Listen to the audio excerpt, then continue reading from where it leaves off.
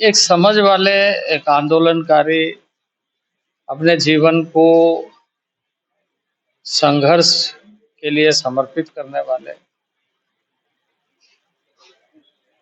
नेता जब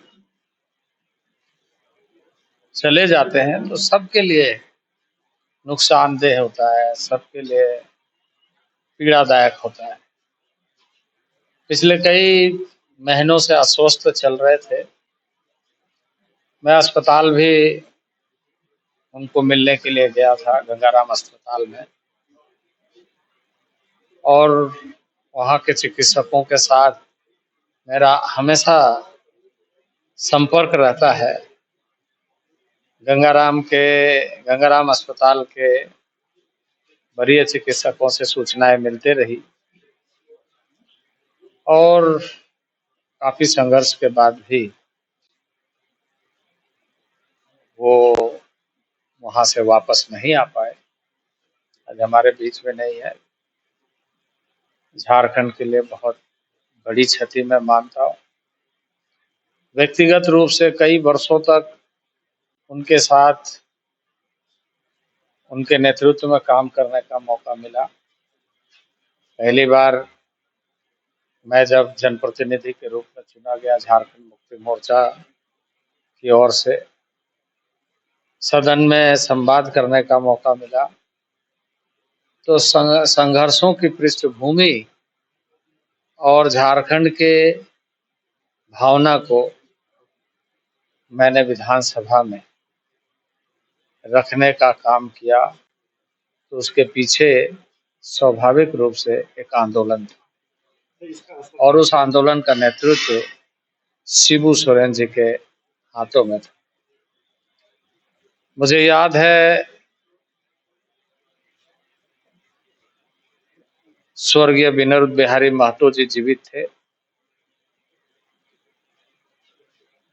और उनसे भी बहुत सारी ऐसी बातों को हमने सुना है। मैं उनके घर भी गया था।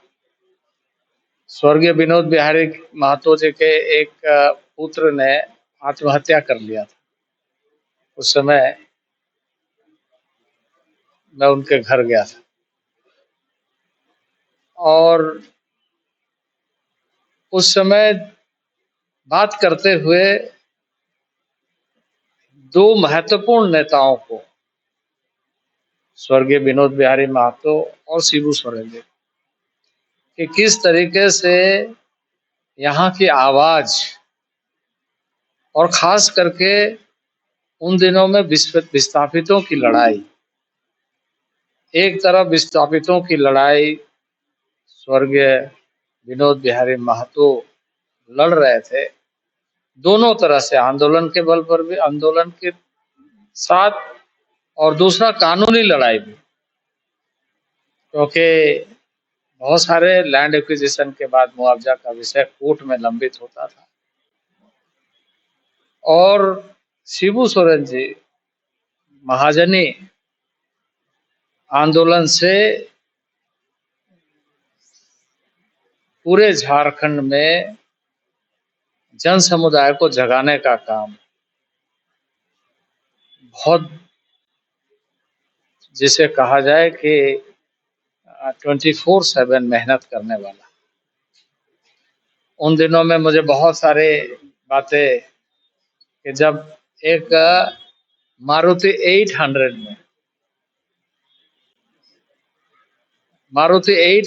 में आप सोच सकते हैं कि उस गाड़ी का साइज कितना था। उसमें 5 लोग बैठ के जाते थे। उस गाड़ी में एक मैं भी होता था। कई बार उड़ीसा मारुति 800 से हम लोग गए साथ में, और लंबा यात्रा होती थी। एक छोटी गाड़ी की लंबी यात्रा का एक अलग, गाड़ी में ही संघर्ष होता था। इस तरह का चीप करके जाते थे, लेकिन जुनून था लोगों को संगठित करने का, लोगों को नेतृत्व करने का।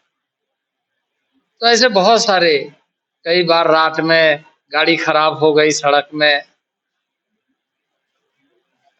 आ रही है जा रही है गाड़ी, कोई रुक नहीं रही है।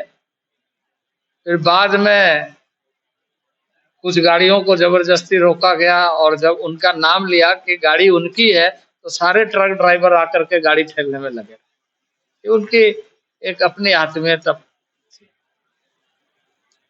तो ऐसे कई बार हुआ है जब सड़कों में हम खड़े रहे। मैं निर्मल महतो जी के साथ काम किया, उनके साथ जगह जगह राजदूत मोटरसाइकिल में